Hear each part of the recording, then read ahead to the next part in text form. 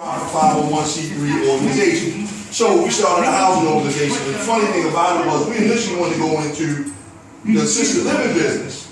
So we sat and took some classes and paid a bunch of money to go into the assisted living business with all this training and stuff like that. We purchased somebody's turnkey program, and it just kind of evolved. We didn't go that route. We got into the transitional aspect of it. So what we did was, obviously, like many of us in the room, we wanted to make a difference. However, we felt as though all the social outcomes of the right car, the right house, and the right girl, and the right piece of education, life would be good. A lot of times, those of us that don't know what's already in this particular field, we left out all the unforeseen stuff. We left out the reason this person may be homeless because they have a co-occurring disorder. They may have a substance abuse problem. They may have mental health issues and some behavioral health issues. So a lot of these things we learned along the way.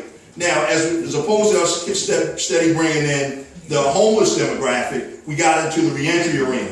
So in the process of us getting into the reentry arena, we started dealing with long-term reentry citizens. So we are partnered with the Public Defender's Office, Office of Public Defenders, University of Maryland Law School, forensic social work. They all kind of work in conjunction with one another. And what we started doing was bringing gentlemen in that had been gone for excess of 30 to 50 years.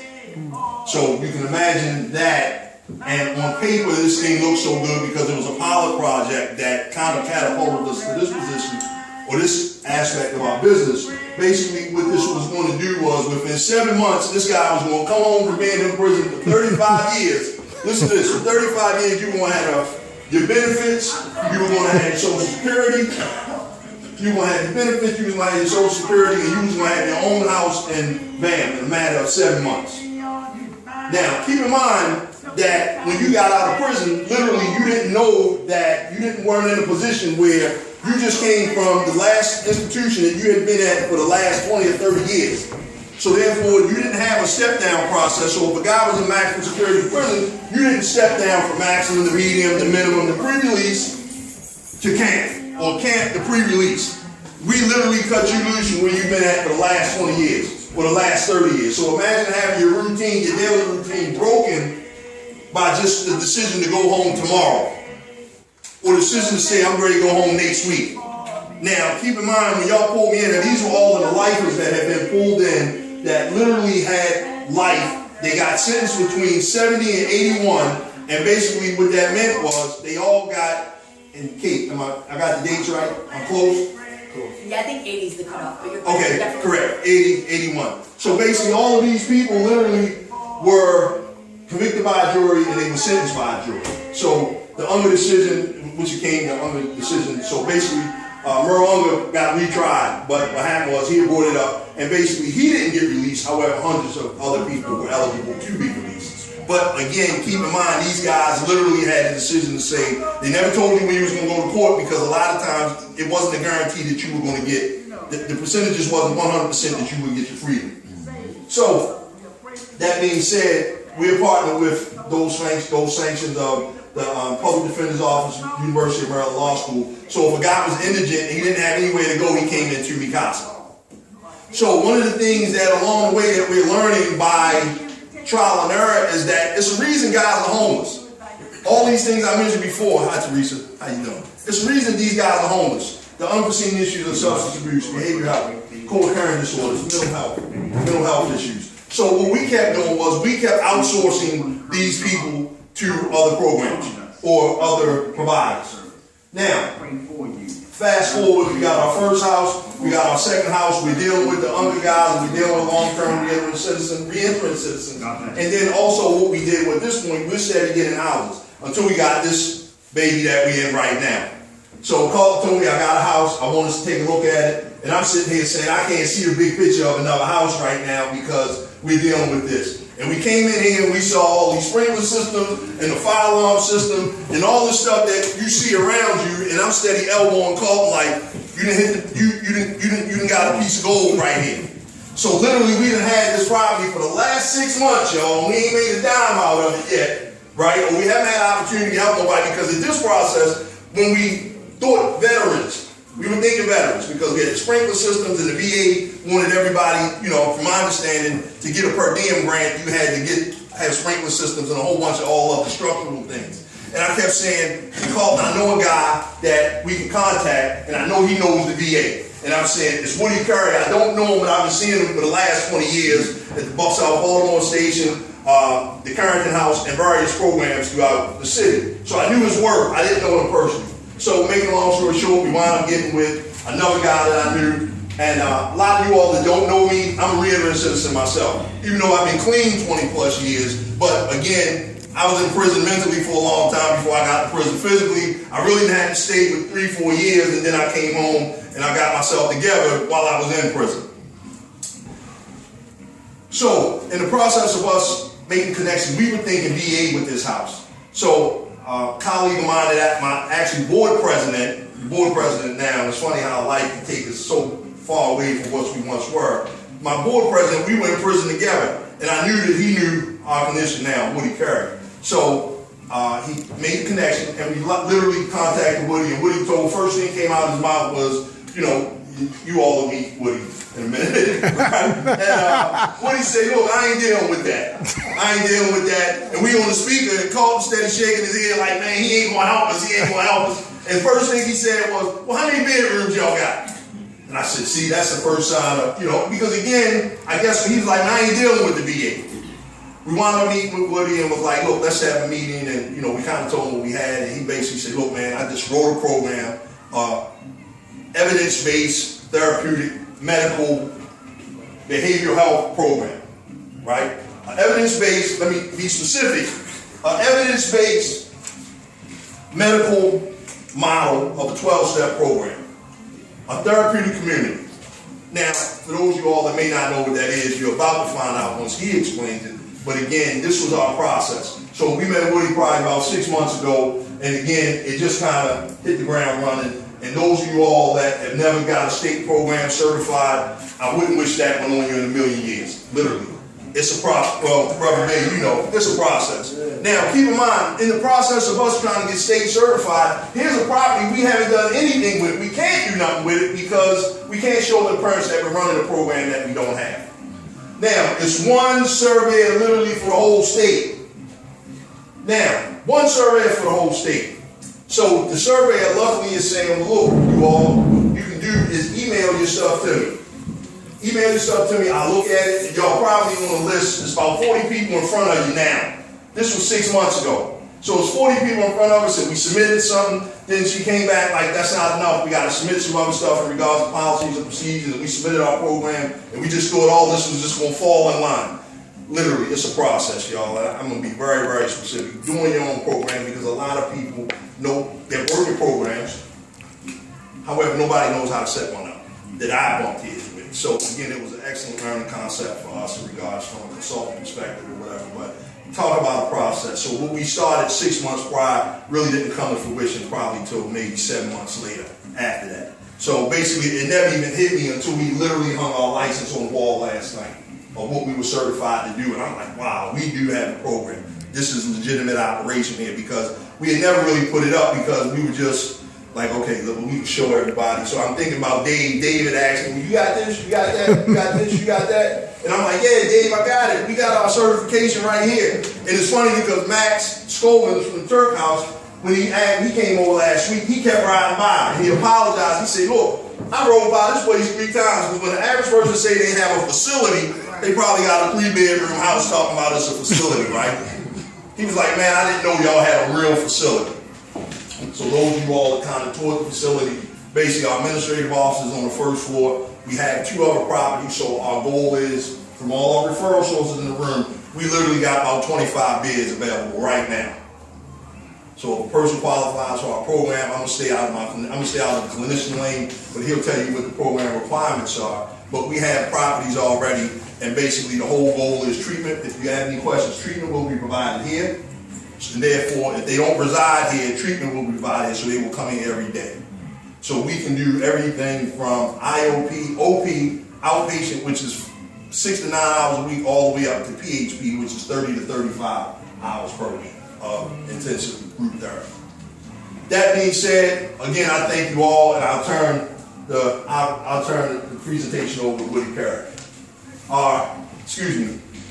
Licensed residential clinical supervisor. blah, blah, blah, blah, blah. I don't remember all them Latin things, the Latin numbers behind. I know it's a BOP. Matter of fact, I'm not going to even try. Right, but it's a lot of letters. But I'm going to tell you, the program or the unit, the marriage between us literally was serendipitous because it really fit into what we were doing.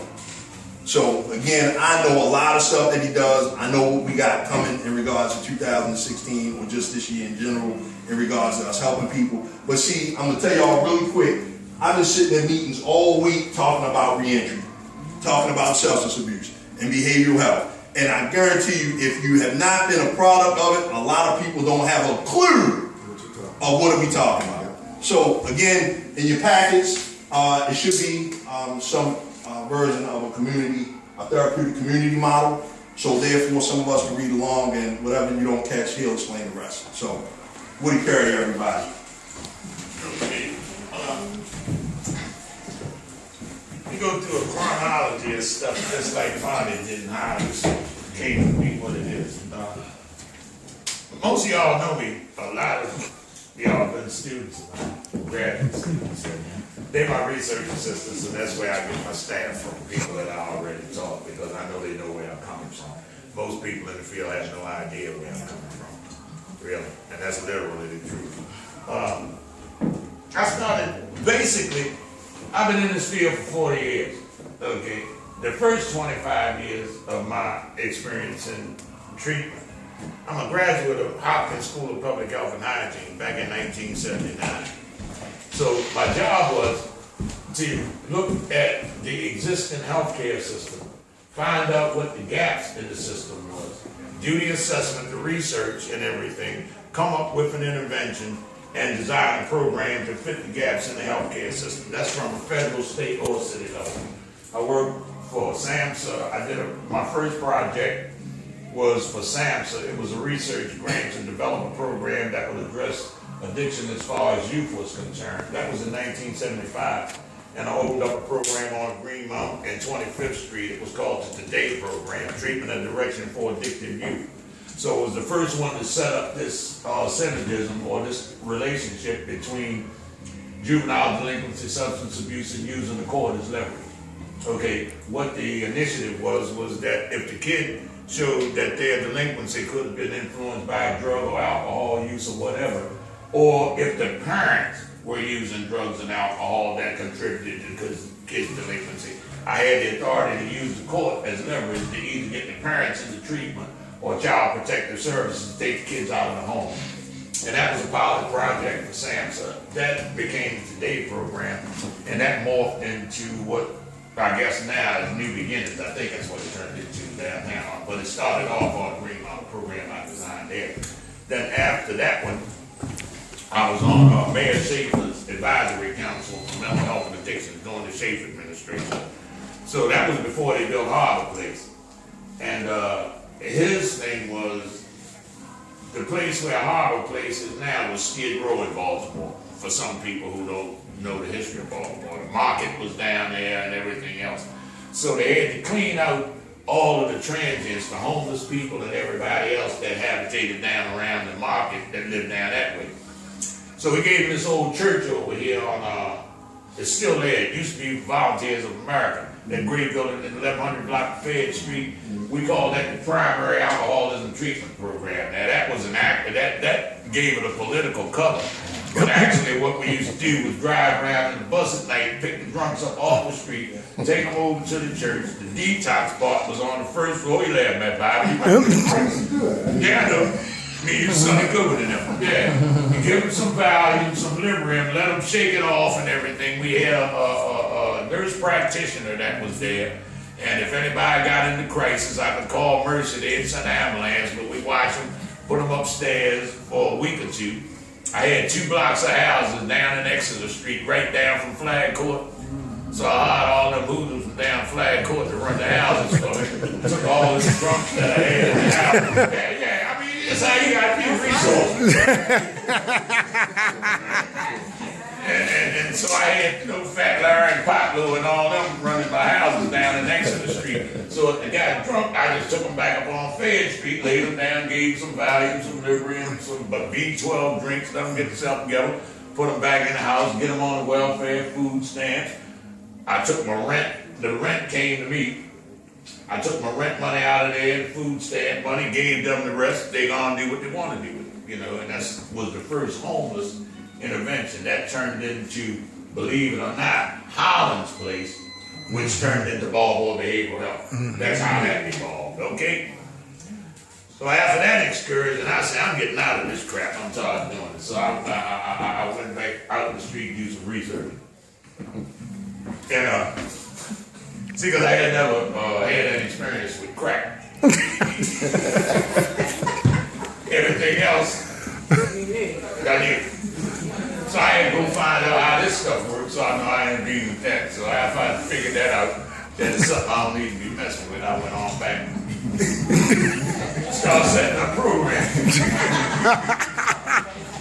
But first what I did was I went, crack did a number on me. Because I thank God for crack. Crack got me out of the game, really. I went to work for Cokesbury Bookstore, which is a Christian church-oriented business that wrote sermons and gave out church supplies. I got so far up underneath for something after that ass whooping from that crack that I wasn't gonna get no more of that. And I'm out there working in Cokesbury, and this guy named Bill Mitchell worked for the GHMH. He happened to come in there one day to buy something. He saw me. He said, "What are you carrying?" I said, "Yeah, we've been looking for you." No, I said, "What you want?" He said, "We need a treatment program set up." I said, "Okay, I ain't in that business no more." He said, "We'll pay you pretty." I said, "Well, what are you talking about?" He said, "Out the Hickey School." Oh my God. So I said, "All right, I'll do it." So go out to Charles Hickey School. He gave me the assignment of the 16 and 17-year-old ones out there that was behind the barbed wire fence that was going to be decided whether they're going to be adults or juvenile status. So I'm working with that population out there. I got along with them pretty good because they're off the street. And the thing of it was, I could keep them from going to jail. So they looked out for me there. We got to look out this character. He helped me get uptown. So that turned into what is now the William Donald Schaefer House out on New Parkway Drive. So I've been like the researcher and the person behind the scenes, all of this crap. But my public persona is Baltimore Station and veterans and all of that. And that's because I'm one of the crazy people that did 2 tours in Vietnam. I speak, read, write, and language. I spent time on vacation over there in the Southwest. I'm half Vietnamese.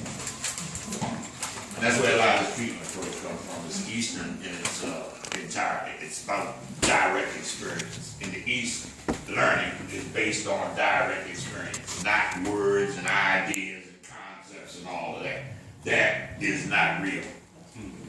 Words and ideas don't work. I tell people all the time with all this counseling and talking, if you think all that, what I tell them, Bobby, if you think words is real, next time you go to dinner, eat the menu.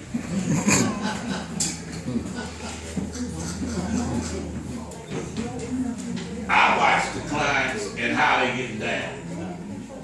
Simple as that. That's behavior. That's what it's always been. You don't get locked up for feeling nothing, believing nothing, or thinking nothing. You get locked up for what you do. Getting high is a behavior. It's always been there. You don't get high because you're crazy.